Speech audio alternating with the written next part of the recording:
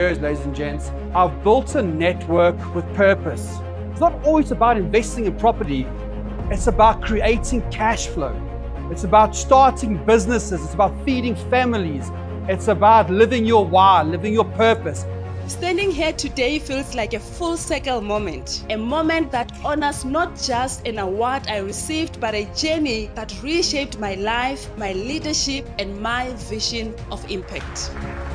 I don't think that there is a single one event which captures the imagination of an investor like an event like this. I want to see people gain confidence and actually be able to invest in properties and really gain a meaningful impact in their lives and be able, with confidence, to come out and invest and get more involved in the economy and create opportunities for themselves. We're so honored. It's such a privilege for us to continue our partnership that we have with SEPN. We are so proud to be able to see some of the achievements that we have had tonight. Today was so impactful for me as we launched because we saw different levels of winners from the previous Investor of the Year, from beginners, from newcomers, from youth up to big leagues. For me, it's an inspiration to those that were fearful in entering Investor of the Year. I want to encourage everybody to enter for the 2026 Investor of the Year and just see how your story can be told to the rest of South Africa.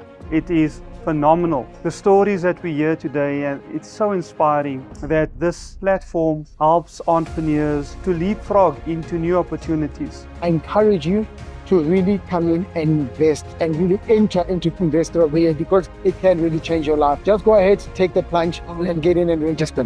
The stories of the winners has been awesome. It's inspiring, and that's exactly what SEPN is about. We are very proud to be associated with SEPN as a company, and we look forward to many, many more collaborations moving forward. Since my journey with SEPN, I've been on a growth path. I have met a lot of people who are also willing to invest in my deals. I have had doors open for me, more opportunities, and I just love being a part of the SEPN community. It was fantastic to listen to the amazing stories that these category winners and contestants shared with all of us. So this is a fantastic journey. We are so looking forward to 2026 Investor of the Year. We want to see who's going to take away all the prizes and who's going to be the main champion. So please get your entries ready and submit. Guys, what an evening here at Villa Bianca, the launch of 2026 Investor of the Year. We have partners, sponsors, previous entrants, even future entrants entering. This is such a great initiative for all South Africans in the property space. So I urge you, take that next step into Investor of the Year, build your profile, because remember, credibility meets opportunity. It's not always who you know, it's who knows you. And there we have it, ladies and gents. Good afternoon, everyone. Welcome to once more the Investor of the Year led Thursday, Investor of the Year Thursday. And for this episode, for all of you that are joining us, we are going to be doing Beyond the Deal, where we're going to be interviewing and getting to know one of your round two finalists, one of your round two contestants, who's Pieter Wessels. But before we do that, ladies and gents, let me know down in the comment section where you are joining me from. For starters, are you watching from Cape Town, Johannesburg? Let me know down below. A bit about myself, ladies and gents. For those that do not know who I am, my name is Daniel Kazadi. I'm a property developer. I'm also an Investor of the Year judge. I take care of the round one, round two judging, and then round three, which is the final.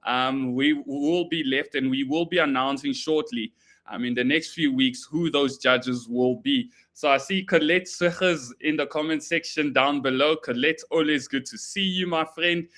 For those of you who have never heard of the Investor of the Year competition, ladies and gents, this is the 5th edition we are running it. And we started in the year 2016, where we had none other than Mr. Robin Booth, who won the competition with a phenomenal short-term accommodation deal. In 2019, it was won by none other than Dana Bonza with a phenomenal again accommodation deal. In 2021, we had none other than Darren Francis win. What a powerful individual, powerful story from the Cape Flats. And we had him on Beyond the Deal, I think episode number 2. So please go through our YouTube page, our Facebook page, and watch that episode over. 2024 was a big one for many reasons. And one of the biggest reasons is it was the first time we had a female winner, Patricia Chitema, with an awesome deal in Naturena, student accommodation opportunity. And now we are all set for 2026, ladies and gents, where you get to tell your story to other South Africans, and it's your opportunity to be the overall winner. And the theme of the year is where credibility meets opportunity. It's not about who you know, but who knows you. So we are still taking on round one applicants, but unfortunately it does close soon.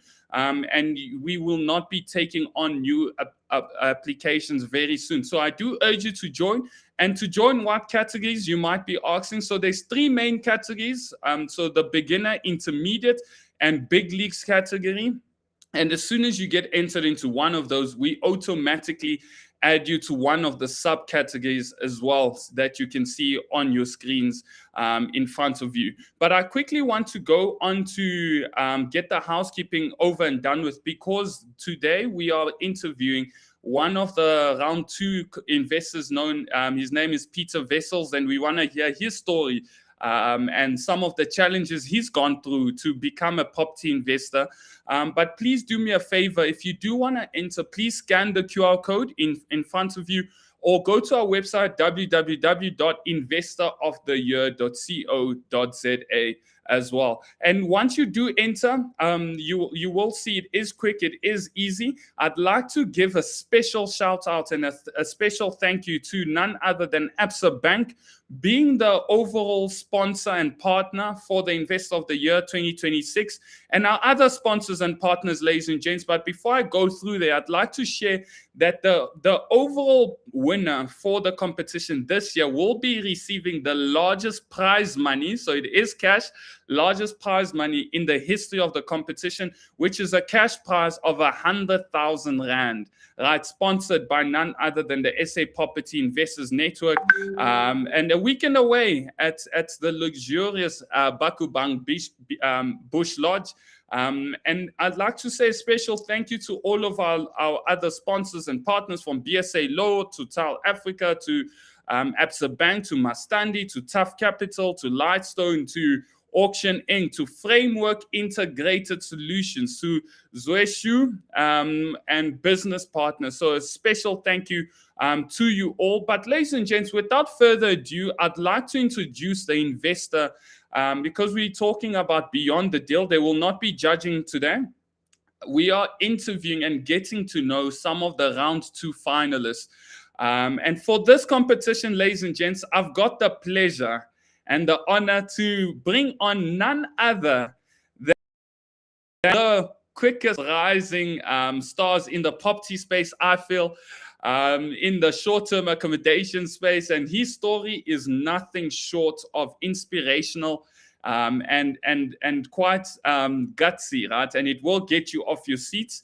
If you do want to get involved, you do have some questions for our contestants, ladies and gents, please drop in the comment section below, and I'll bring Pieter on to go through it as well. But I'd like to welcome none other than Mr. Pieter Wessels. Pieter, how are you doing, my brother? Hey, Daniel, thank you so much for that amazing introduction. Hey, I really appreciate it. Introducing you. Yeah, wow.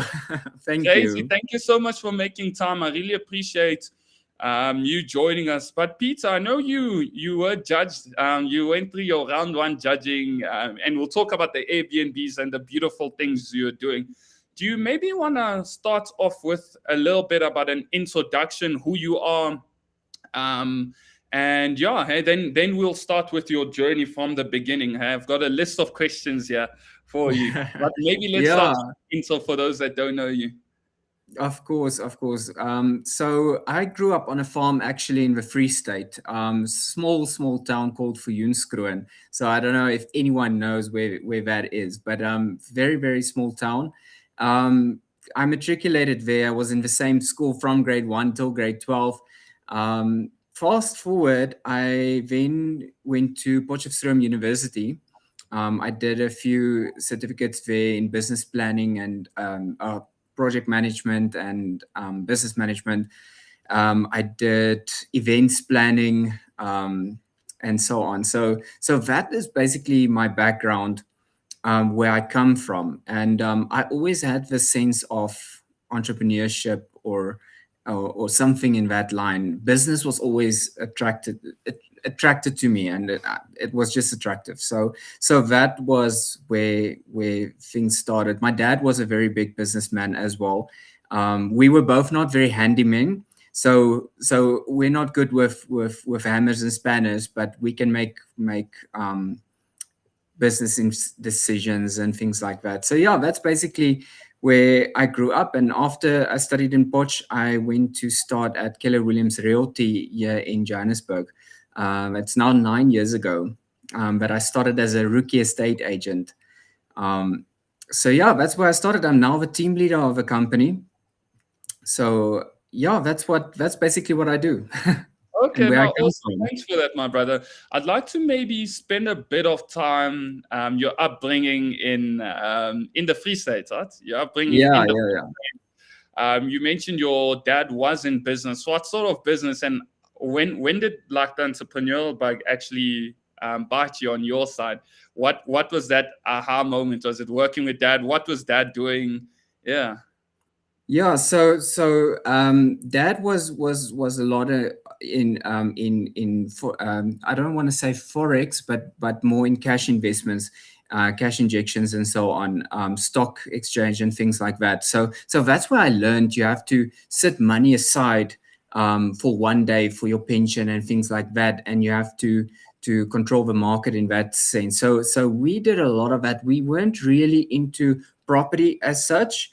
So yeah, dad basically did that, and mom is a teacher, so she still teaches and so on. So I think I got my entrepreneurial skills more from my dad's side. My mom is still on the farm and so on. She still stays there, and she's actually retiring this year. But yeah, that's my upbringing. We're a very, very close family, actually. My dad unfortunately passed away in 2014, though. It's okay. Thank you so much. Yeah, it's been a while. So yeah, they gave me all the support they can give me. I couldn't ask for better parents, and a better upbringing. So yeah, that's more of that. So I think my subjects in school was more economics and things like that, business management and things like that. And I always lean towards something like that, being an entrepreneur, being a businessman. And that's my big why. I want to own multiple businesses. I want to go big with entrepreneurship. So talk to me about your first entrepreneurial venture. What was the first business you actually launched? Was it property, or were you selling sweets side of the road? I mean, you went into university, you studied. So you said you're a business analyst, right? From what you mentioned. I studied business management and project management. Business management, project management. What was your first business? When I was little, we used to have entrepreneurial days at school. And I found a loop in the system. So I noticed that some kids always, there's one kid or two kids that always sells pizza. And I thought, yes, that's clever, because now everybody likes pizza. So then I started selling pizza at school, and I made a killing on that entrepreneurial days. And then mom and I used to make Rice Krispie cookies for sweet things with a pizza. So that was a killer. So that was my first entrepreneurial venture, I would say. But I think going into entrepreneurial in real life, where I am now, I think started with Sapin, actually, with the property journey that I've been on. I can't think of anything else. I always read about it. I did a lot of research on it. Yeah, that was it. Okay, let's talk through your journey. So born to two amazing parents, went to varsity, and you learned a lot. What was your introduction? Because we'll get to where we are now and Sapin. What was your introduction to the property space? You mentioned Keller Williams, a big part of your life. How did you actually land into the property space? Yeah, so 9 years ago, I was looking for a job. After I was done in Poch, mom said, you know what, it's done now. Now we can't study anymore. Now you need to look for a job. So I was looking, yeah. The beauty of an honest mom. It's quite Yeah. interesting. Yeah, so I was looking for a job everywhere. I wanted to go into events planning and project management. That was my goal. And as I was looking, sending through CVs, my grades in school wasn't too great. That was not my strong point. But so I was sending CVs, didn't get replies back and so on. And my one friend that I had at that time, she worked at a different real estate company in Johannesburg, in Roodepoort, where I stay now. And she said, you know what, I can organize an interview with you with the team leader of Keller Williams. Would you be interested in doing that? I said, yeah, but I don't know anything about selling property. I didn't know what a mandate was. I didn't know what an OTP was. I didn't know basically anything. So I went into that interview and they said this and that and this and that. And they gave me a choice to join them. And I went back and I found my friend and I said, you know what, this is what they say. Can I still go for an interview with your company? And she said, you know what, we can't beat what they have to offer you. Stay there and go for it. And that's how I landed at Keller Williams and in the property sector, and never knowing that Keller Williams builds you up to build, you need to build your own brand, your own business. So that's when the entrepreneurship really, really kicked in, to owning your own business in real estate, because real estate is basically, if you're a real estate agent, you need to know how to run a business. So that's when that started for me. And so I went on to be an agent there. I think it was about 4 years. I was really, really doing well. COVID hit, that was the slump. And then 2021 hit, 2022, I was doing really, really well as a sales agent. After that, I got offered the position of being the launch coach at the company. So I have to coach agents to getting them into productivity and things like that. So I enjoyed that, but it only lasted for 2 months as our previous team leader at that time resigned. And they approached me and said, you know what, do you want to be our next team leader? And I said, let's go for it. So now I'm in the position to recruit agents out there, to coach estate agents in our company and outside of our company, present training, manage the office and everything. So that's my journey 9 years later at Keller Williams. And like I read a stat somewhere, right? Because being an agent is very lucrative. I'm sure you would agree, but extremely difficult, right? And I read a stat that was it 80% of estate agents quit after the first year or some sorts. Yeah. I know in great lengths we've discussed it. How difficult was your first few years being an estate agent? I mean, you're relocating from the Free State. You don't have much connections, right? Talk to me about that first year, my bro. How was it? Was it successful? And like, you sold all these properties. How did you find it?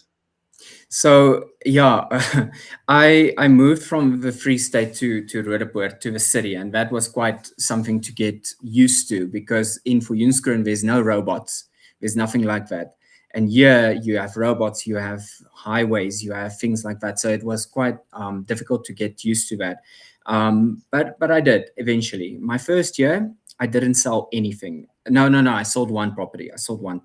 Small apartment, 650,000 Rand. Got small commission from it. And I was still young. So I bought my first I want to say investment property with that money, but I bought a PlayStation 4 with it. So I didn't know how to manage my... No matter what anyone in the comments Exactly.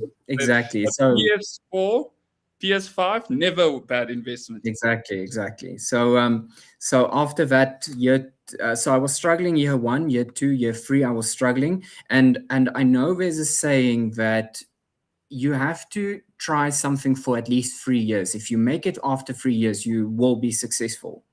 And my first 3 years, I was really trying and nothing came from it. I was selling a property here or there, but the penny never dropped that I'm running my business. And once that penny dropped that I'm running my own business, things really started changing for me.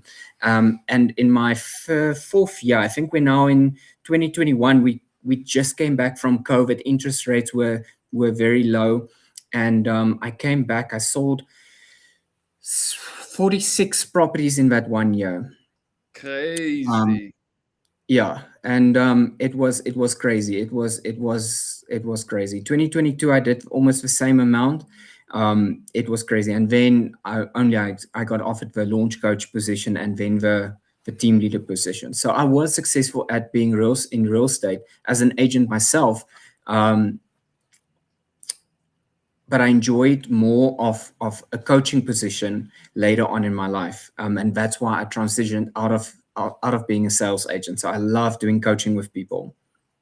And tell me, my bro, so like just last question, because it's quite a fascinating part of your life. Right? So you went into sales, first 3 years, extremely difficult, but that almost built a platform for you to do everything you're doing now. And we'll see everything you're doing now in a second. What do you think? I mean, we spoke about this on Sunday, I think, when we were together, right? What do you think makes, like, if there's someone on this call right now, they would like to be an estate agent, are there any traits you'd say? So perseverance is one, right? You mentioned 3 years to really get the ball rolling. What are some traits you see as a team leader? I mean, you coach agents and on running their own business, because that's what they are, right? What are some of the traits that would make a successful agent versus one that's not successful? Yeah, very, very good question. So I see a lot of agents going into our office and after a few months going out of our office.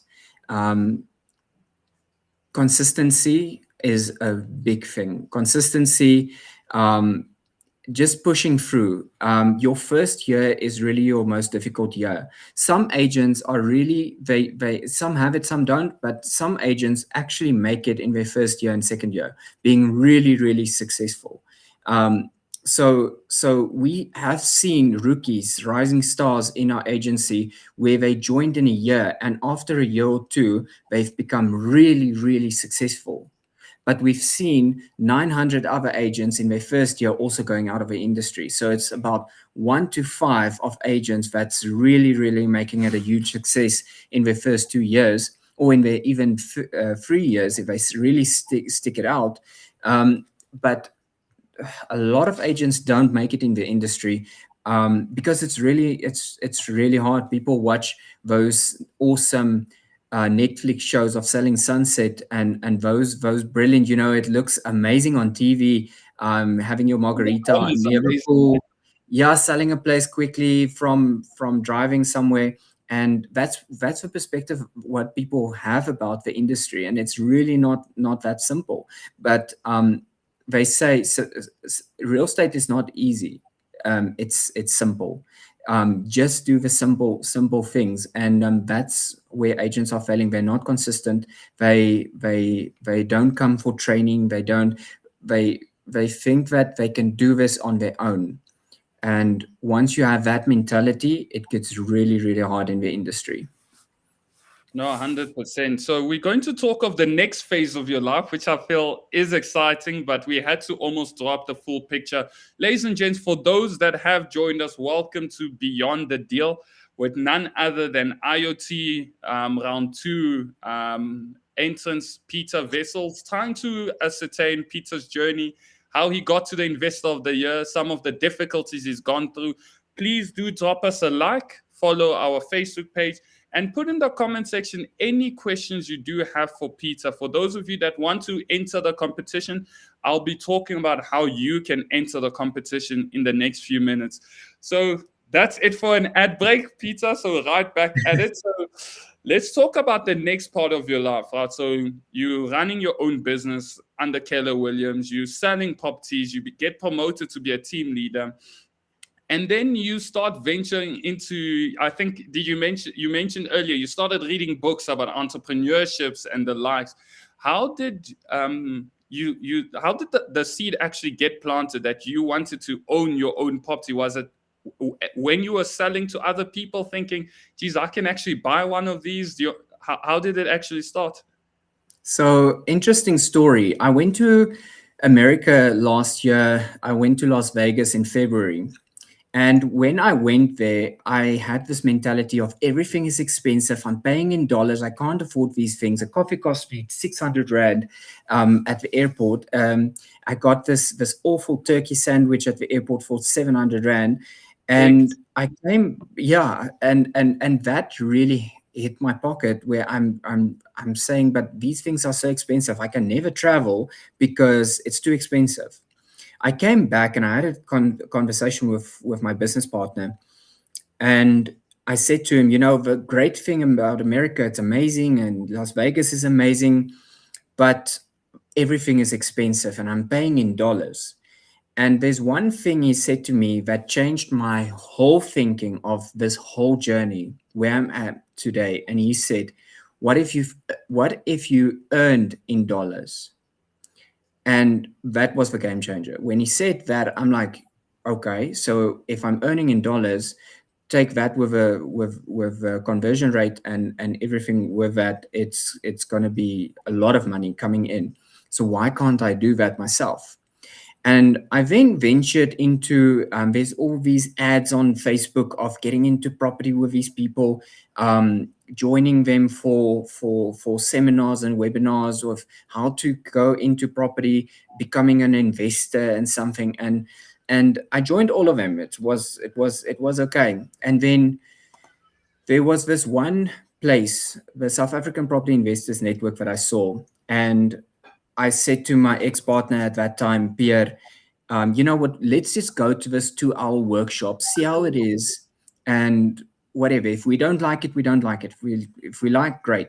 We went to that evening, and that's when I met Ntaki, one of the network's people. And I said to him, I want to do Airbnb one day. That would be my ultimate strategy. And we did the 2-hour workshop at Sapin, and it was phenomenal. It was amazing. I learned so much in that 2 hours of property investing. And although I've been a real estate agent for 9 years, Sapin has taught me to do other things in property that I've never thought is possible. Being a good investment in South Africa. And I always thought property is not a great investment. Yes, I sell it to people. It's great, but I would never. And why is that? Because I always believed, how can you make money out of property? You have your bond, you have your rates and taxes, you have your levies. It doesn't make sense to lease a property out, because sometimes you won't even break even. Sometimes you can make a loss on it. That's not for all properties, but that was my thinking of what I had. And that 2-hour workshop taught me something else of there's other ways to do this.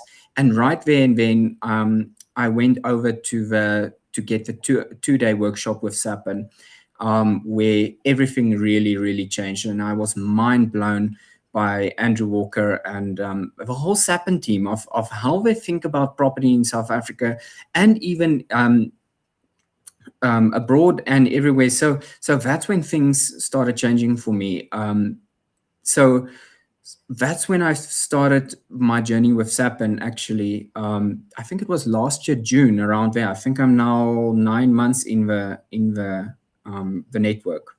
But yeah, I think I deviated a lot from your question. Are we still on track? Yeah, still on track. So you moved on with coaching, and Andrew coached you, right? Andrew coached you. Yeah. Now let's talk about entering IOTY, because to enter the Investor of the Year competition, you need to have done a deal. So you joined last year, June, and we're almost in June. So we're close to 12 months, and you've done a lot. A lot has happened in 12 months, right?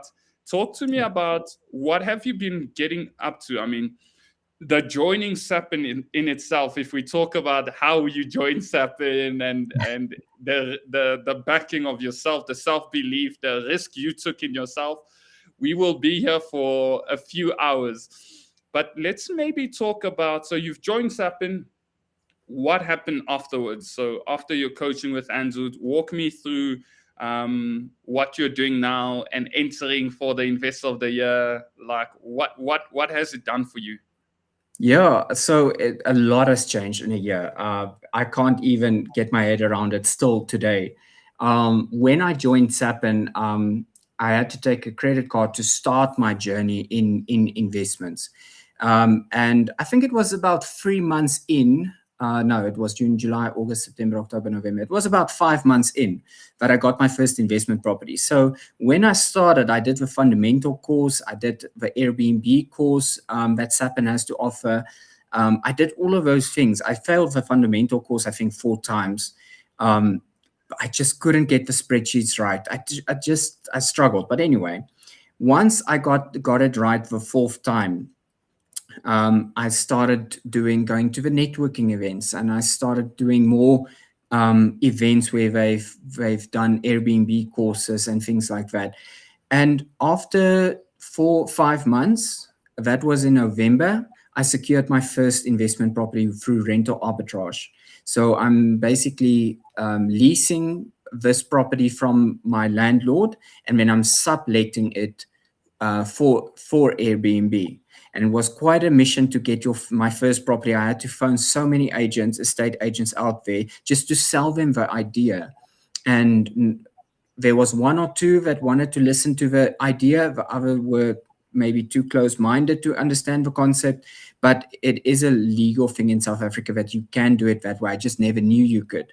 And so I don't have to own the property myself. I did rental arbitrage, which is really interesting. So I'm using other people's properties to do my investment.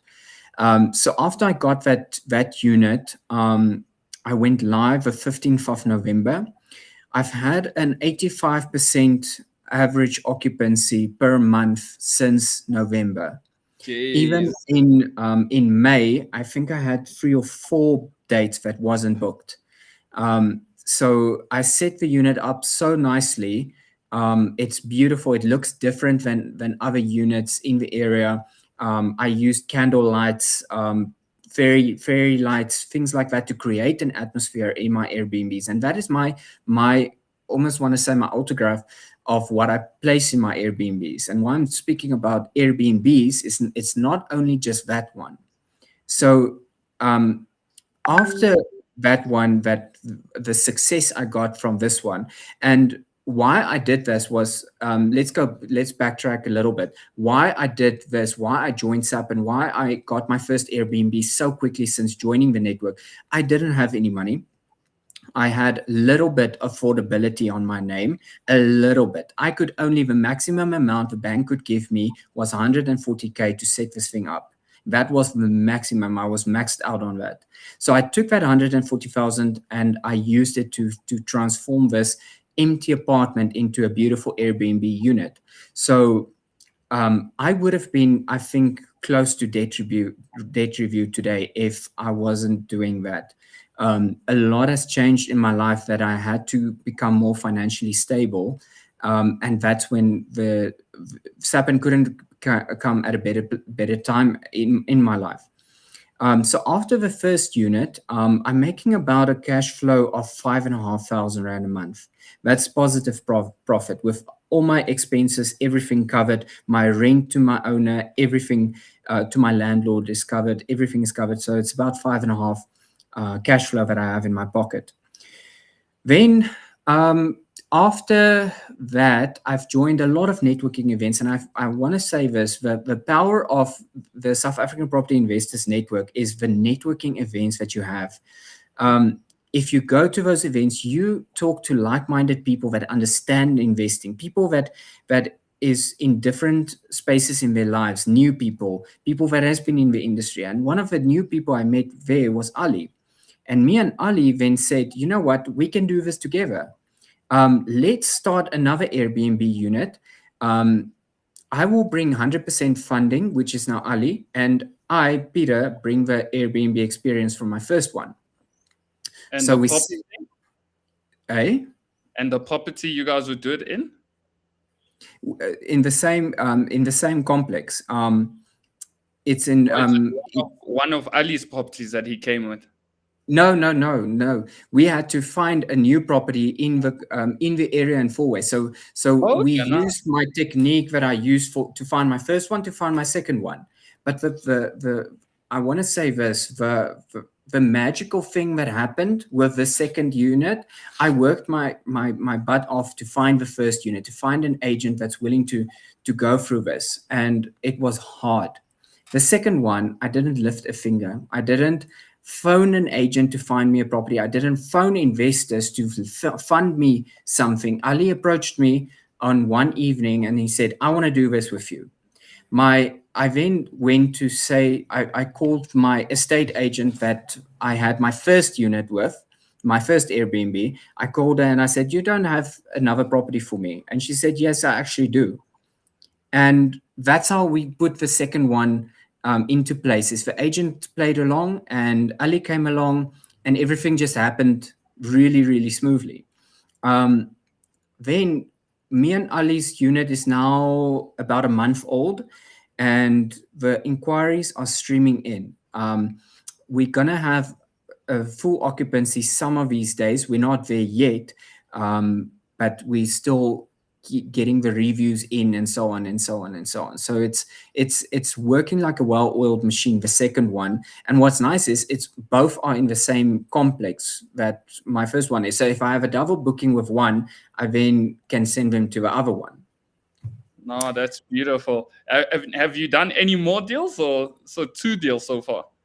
Yeah, so 2 deals in my first year. I can say this now. I'm busy with my third and my fourth deal. So we can say that I've clenched 4 deals in 9 months, let's call it 11 months time. Nice. And super inspiring on how you've been able to do it. So just now, in wrapping up the conversation, Pieter, so you've obviously, there's a lot of lessons you learned from your time selling pizza, stealing your friend's business idea, selling pizza, to university, studying project management and the likes, to your time being an estate agent, to now being an investor. If you had to look back, what's one advice you would leave for anyone that is watching this back? They want to enter the property space. Something that you learned, a big lesson you learned, even managing your Airbnb businesses. What's one thing that underpins your investment thesis, and also what's one thing you would leave with one person right now? Life is full of choices. You always have a choice. Don't feel that you are put into a position in your life where you don't have a choice. You always have a choice to get out of there. And the one thing that I've learned, I would say, from last year, and I believe by the saying, is you can either do something or you can do nothing. Which one is better? So if you're going to do nothing about your situation that you're in right now, nothing is going to change. If you do something about your situation, everything in your life might change. You just have to take the risk and the leap of faith that you have in yourself to take that leap. And ask yourself, what's the worst thing that can happen? 100%. Mr. Pieter Wessels, I thank you so much. So, ladies and gents, that was Pieter Wessels. He has made it to round number 2 of the Investor of the Year competition. We are going to do in-person judging for round number 2 in Johannesburg, ladies and gents. If you are in Johannesburg, you do want to be part of the room, even if you're just an audience member and you want to see Pieter live in person, please do keep in touch with the Investor of the Year competition. Every Thursday we do go live. And just in closing, ladies and gents, if you do want to enter for the said competition, you can scan the QR code in front of you. Entrance is closing very, very soon, so you only have a limited amount of time to be judged, ladies and gents. Or to nominate someone, you can also go to our website, www.investoroftheyear.co.za. There is the largest prize money we ever giving away. If you are entering for the competition, ladies and gents, you stand a chance to win 100,000 Rand as a cash prize. If you are the overall winner, please drop us a follow on our on our YouTube page, and as well as our Facebook page. Please subscribe. Please like this video to send it out to as many people as possible. If you are a corporate and you would like to get behind the competition and sponsor the Investor of the Year, ladies and gents, you can email Alani at sapropertynetwork.com. She's an amazing lady that will help you out, and you get a brand aligned with the industry experts like Absa Bank. So a special thank you from me to all of you. See you guys next week. And remember, where credibility meets opportunity. And I'll see you guys next week. Thank you so much.